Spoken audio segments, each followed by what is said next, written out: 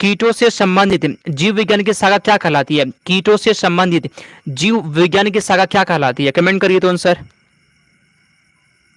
चलिए, क्वेश्चन बोला गया ना, कीटों से संबंधित जीव विज्ञान की शाखा क्या कहलाती है जी? इंटोमोलॉजी कहलाती है। क्या कहलाती है? इंटोमोलॉजी कहलाती है। एक नंबर क्वेश्चन के यहाँ पे बी हो जाएगा। अभी जो फ्रेंड्स आप लोग 50 क्वेश्चन पढ़े, अभी जो आप लोग जो है ना 50 क्वेश्चन पढ़े, उसमें से आपका कितना क्वेश्चन सही हुआ? कमेंट करिए थोड़ा सा। अभी जो आप 50 क्वेश्चन पढ़े ना, उसमें कितना सही किए जी? थोड़ा सा बताइए तो आंसर। चलिए आगे चलते हैं। प्रथम एंटीबायोटिक खोज किसने किया था? एंटीबायोटिक की खोज किसने किया था बताइए। ठीक है, प्रथम एंटीबायोटिक्स की खोज किसने की थी? किसने की थी? अलेक्जेंडर फ्लेमिंग ने की थी। फ्लेमिंग ने। ऑप्शन नंबर फ्रेंड्स ए हो जाएगा। ठीक है, एंटीबायोटिक खोज किसने की थी? फ्लेमिंग आपका हो जाएगा। ठीक है, ऑप्शन नंबर ए आपका हो जाएगा। ठीक है, आगे चलते हैं। 35 सही हुआ था तो कम है। ठीक है, 50 में 35 सही किया तो कम है। अगला क्वेश्चन, ऑर्निथोलॉजी, ऑर्निथोलॉजी में किसका अध्ययन होता है? चमगादड़ का, मछली का, पक्षी का, या फिर स्तनधारी का? कमेंट करिए। चलिए, तो फ्रेंड्स यहाँ पे 3 नंबर क्वेश्चन कैसे जी? पक्षी का अध्ययन किसका होता है? पक्षी का होता है। आगे चलते हैं 7 नंबर क्वेश्चन। चलिए, पुनरावर्तन सिद्धांत, पुनरावर्तन सिद्धांत किसने प्रस्तुत किया था? कमेंट करिए तो आंसर। चौथा का सही जवाब क्या होगा? ठीक है जी, कमेंट करिए आप लोग। पुनरावर्तन सिद्धांत किसने प्रस्तुत किया था?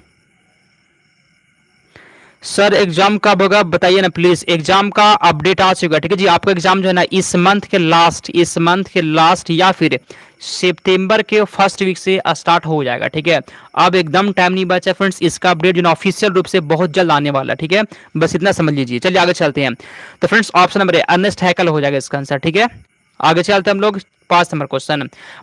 प्रतिरक्षण तकनीक का विकास किसने किया था? बताइए, 5वां का आंसर क्या होगा?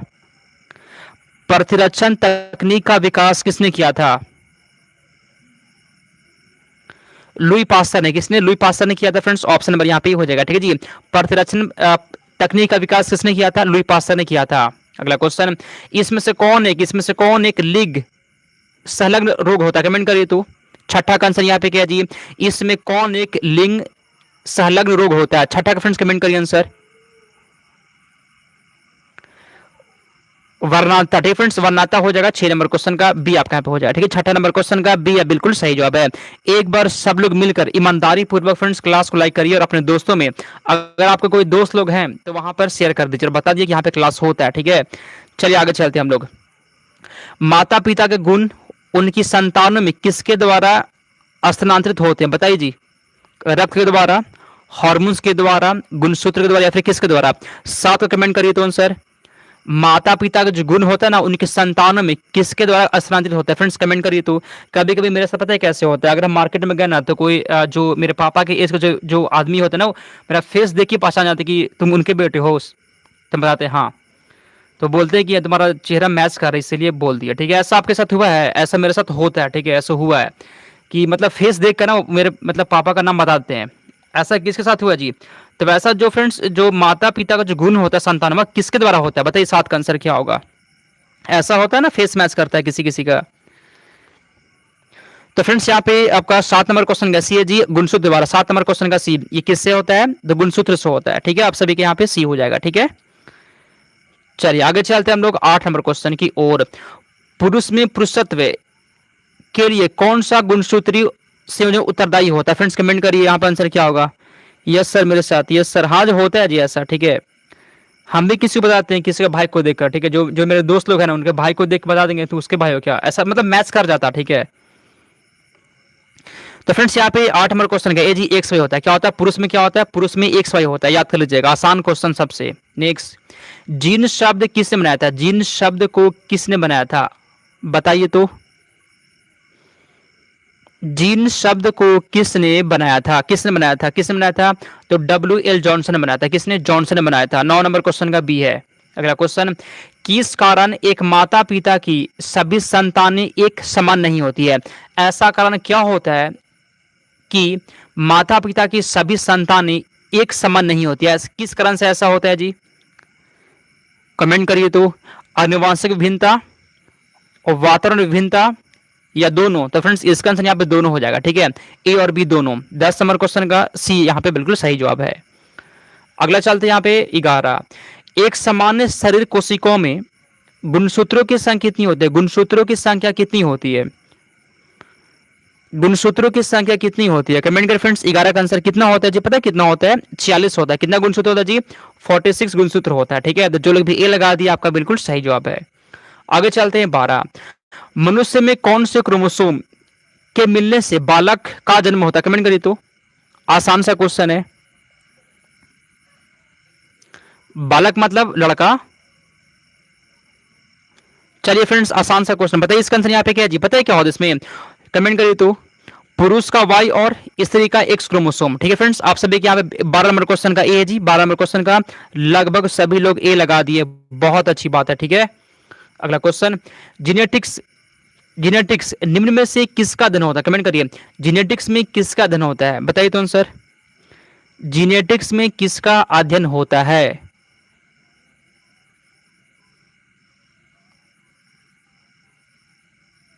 क्वेश्चन बोला गया ना, जीनेटिक्स में किसका अध्ययन होता है? तो फ्रेंड्स यहाँ पे 13 नंबर क्वेश्चन का भेजिए। अनुवांशिकता और विषण का होता है। किसका होता है? अनुवांशिकता का होता है। ठीक है, अनुवांशिकता का होता है जेनेटिक्स में। अगला क्वेश्चन। अनुवांशिकता का जनक कौन है? अनुवांशिकता का जनक कौन है जी? बताइए। 14 का आंसर क्या होगा?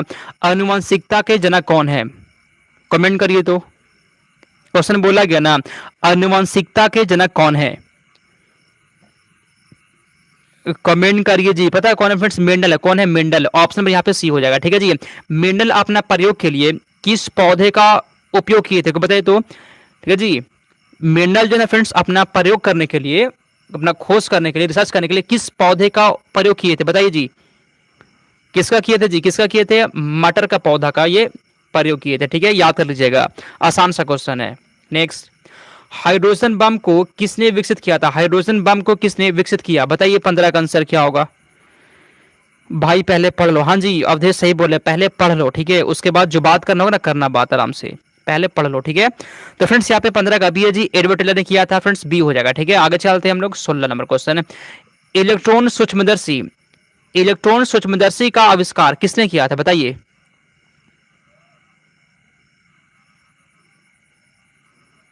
कमेंट करिए जी। यहाँ पे क्वेश्चन है ना, इलेक्ट्रॉन सूक्ष्मदर्शी का आविष्कार किसने किया था? किसने किया था? नोल और उसका नहीं किया था। किसने किया था? नोल और उसका नहीं किया था। किसका खोज? इलेक्ट्रॉन सूक्ष्मदर्शी का खोज कौन किया था जी? आविष्कार कौन किया था? नोल और उसका ने। 16 नंबर क्वेश्चन का डी हो गया आपका। और यहाँ पे डी आया जी किसी का? खुशबू का डी आ गया, बहुत अच्छा। अगला क्वेश्चन यहाँ पे 17। बिजली के बल्ब का आविष्कार किसने किया था? बिजली का जो बल्ब होता है ना, तो बल्ब का आविष्कार किसने किया था? आसान क्वेश्चन, बताइए तो। बिजली के बल्ब का आविष्कार किया था, पता है किसने? थॉमस अल्वा एडिसन ने किया था। कौन किया था? थॉमस अल्वा एडिसन ने किया था। 17 का बी आपका बिल्कुल यहाँ पे सही जवाब है। आगे चलते हैं हम लोग अगले क्वेश्चन की ओर। रडार का आविष्कारक कौन था? बताइए जी। 18 का सही जवाब क्या? बताइए तो आंसर। रडार का आविष्कारक कौन था? आविष्कारक से भी क्वेश्चन आता है। ठीक है, आप लोग जानते हैं ना, आविष्कारक से क्वेश्चन आता है। कमेंट करिए। रडार का आविष्कारक कौन था? रॉबर्ट वाटसन था। कौन था? Robert Watson. आप सभी का डी हो गया। 18 नंबर क्वेश्चन का डी आपका बिल्कुल यहाँ पे सही जवाब है। अगला क्वेश्चन 19। सूर्य की किरणों की तीव्रता मापने वाली उपकरण को क्या कहते हैं? ठीक है जी। सूर्य की जो किरण है ना, उसकी तीव्रता को मापने के लिए किसका प्रयोग होता है? सूर्य का जो धूप आता है, धूप बोलिए ना आप लोग, धूप। तो सूर्य की किरण को तीव्रता मापने के लिए किसका उपयोग होता है जी? किसका होता है? एक्टियोमीटर का होता है। एक्टियोमीटर कहते हैं, क्या कहते हैं? एक्टियोमीटर। ऑप्शन नंबर यहाँ पे हो जाएगा। ठीक है जी, ऑप्शन नंबर फ्रेंड्स आप सभी का ए हो जाएगा। अगला क्वेश्चन। इसमें से कौन ईंधन तत्व नहीं होता? इसमें से कौन ईंधन तत्व नहीं है? चलिए फ्रेंड्स 20 को बताए तो। इसमें से कौन ईंधन तत्व नहीं होता है? तो फ्रेंड्स यहाँ पे 20 नंबर क्वेश्चन का डी है जी, हीलियम। ये ईंधन तत्व नहीं होता, हीलियम नहीं होता। ठीक है, आप सभी का डी हो जाएगा। आगे चलते हैं 21। इसमें से कौन जीवाश्म ईंधन नहीं होता? इसमें से कौन जीवाश्म ईंधन नहीं होता है? नाइट्रोजन, जल गैस, कोयला या पेट्रोलियम। इसमें से कौन जीवाश्म ईंधन नहीं होता? बताइए जी। 21 का आंसर यहाँ पे क्या? कमेंट करिए तो। इसमें से कौन जीवाश्म ईंधन नहीं होता है? जल गैस में फ्रेंड जीवाश्म ईंधन होता है। कोयला में भी होता है जीवाश्म, पेट्रोलियम में भी जीवाश्म होता है, किस में नहीं होता है? नाइट्रोजन में नहीं होता। ऑप्शन नंबर यहाँ पे, ठीक है जी। वायुमंडल में नाइट्रोजन पता है जी, ये 78% होता है। कितना होता है? 78% होता है, याद कर लीजिएगा, ठीक है। आगे चलते हैं हम लोग अगले। अच्छा एक क्वेश्चन पूछते हैं आपसे कि फ्रेंड्स हम लोग जो सांस लेते हैं ना, तो जो सांस लेते हैं फ्रेंड्स, उसमें जो हम लोग सांस लिए तो उसमें 78% आपका नाइट्रोजन ही बॉडी में चला गया। तो फ्रेंड्स उसका कितना परसेंट हम लोग उसका यूज करते हैं, ठीक है जी। एक मानव बॉडी जो है ना, वह कितना परसेंट इसका यूज करता है? कोई बताइए तो आंसर इसका।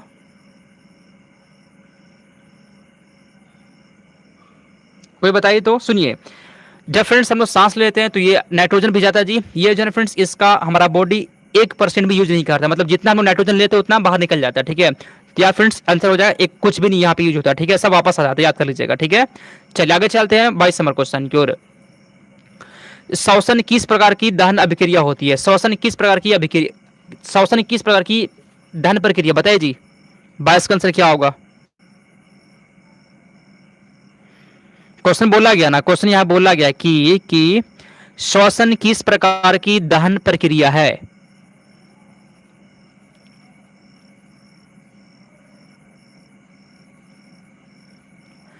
तो फ्रेंड्स यहाँ पे 22 नंबर क्वेश्चन का बी है जी, मंद दहन होता है। कैसा होता है? मंद दहन होता है। 22 का बी हो जाएगा। 23 नंबर क्वेश्चन, इसमें से कौन सा ईंधन सबसे कम पर्यावरण प्रदूषण उत्पन्न करता है?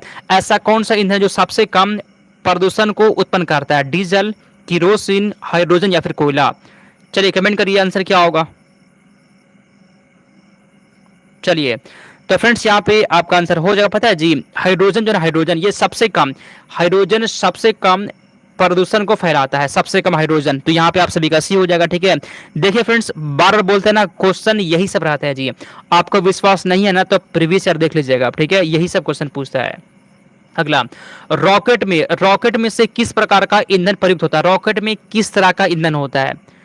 24 का आंसर यहाँ पे क्या है जी, कमेंट करिए तो, ठीक है। रॉकेट में किस प्रकार का ईंधन होता है? नंदी कुमारी गुड इवनिंग, यह क्लास 7 बजे से होता है ना, टाइम से आया करिए। तो फ्रेंड्स इससे पता है क्या होता है जी, 24 का आंसर क्या होगा? प्रणोदक होता है, प्रणोदक। 24 नंबर क्वेश्चन का डी। अगला क्वेश्चन, किस प्रकार के कोयले में सबसे अधिक कार्बन की मात्रा होती है? कमेंट करिए, ऐसा कौन सा कोयला होता है जिसमें सबसे अधिक कार्बन की मात्रा होती है? चलिए देखते हैं इसका आंसर कोई बता सकता है कि नहीं। किस प्रकार के कोयले में सबसे अधिक कार्बन की मात्रा होती है? एंथ्रासाइट फ्रेंड्स सबसे अधिक कार्बन की मात्रा होती है, ठीक है जी। 25 नंबर क्वेश्चन का ए हो गया। और यहाँ पे लगभग सभी लोग